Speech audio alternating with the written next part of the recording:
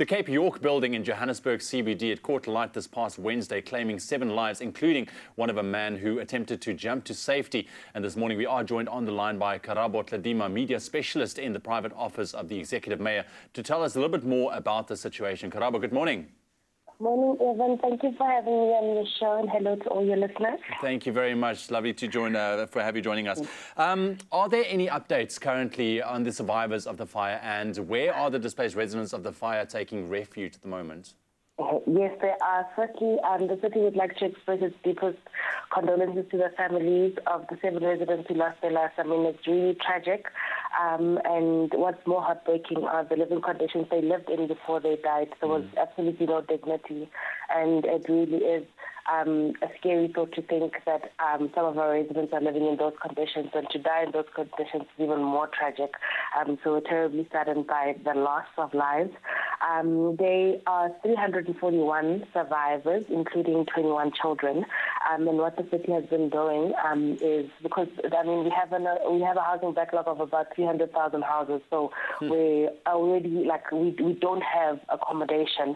But what we've done is identified a piece of land near Wembley Stadium, where the Department of Social Development has organized, and the Disaster Management Unit have organized tents, and working with SASA, who provided blankets as well as Meals on Wheels for food, and the food bank, organizing breakfast in the form of oats.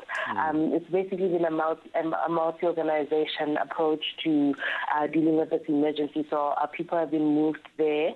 Actually, yesterday there were negotiations with the leaders, because we need to get their permission to move them first. Yeah. So that's still ongoing. I think they've been moved, actually, because that was last night. That was the update last night. So they'll be staying there until they can be assisted, because the building has actually been declared a crime zone, a crime scene, so nobody can go in or out. And also the building has also been declared unsafe. So we need to work with provincial and national government and coming up with a long-term solution in terms of housing, because the building to begin with was not it was an unsanitary place for human beings to live in, and now because of the fire it's become more dilapidated. So we're working on a longer-term solution for that housing need. Yeah, no, we're dealing with people's livelihoods here, and I'm glad to see that you are taking the necessary steps just to support these people. You mentioned briefly, but what are the current plans in terms of repairing the damage to the building, and what are the residents' plans with regards to occupying the building once again, or reoccupying? So if a building is declared unsanitary, so that means no human being can live there. And I think we have about 85. We're doing an audit of all the city's abandoned and hijacked buildings, and we have about 85 of those and counting. And what's really terrible is the living conditions inside. Some buildings have shacks inside of them. People are living near rubbish and rubble, and that really shouldn't be. So, and obviously, because as a city we don't have enough budget for to provide housing for everyone.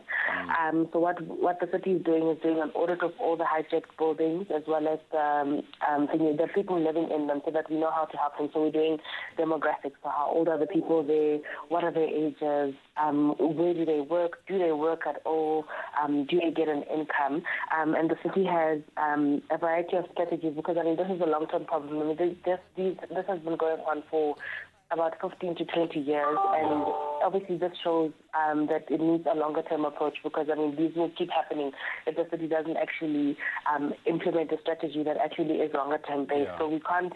The city is trying to not be very. It's not trying to be very active, but strategic and thinking about the long-term solutions. So because of the housing backlog, we've allocated 9.5 million for the provision of more shelters for displaced people, and we also plan to develop about 200 transitional housing units in the inner city in the next financial year, and about 1,000 over the medium term, because that will help also in terms of emergency situations where we can actually provide people with proper shelter.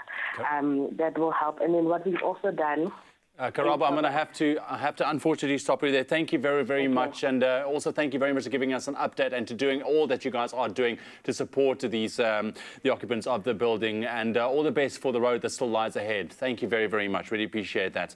It's just Karabo giving us an update on the Joburg CBD fire that claimed the lives of 7 people this past Wednesday.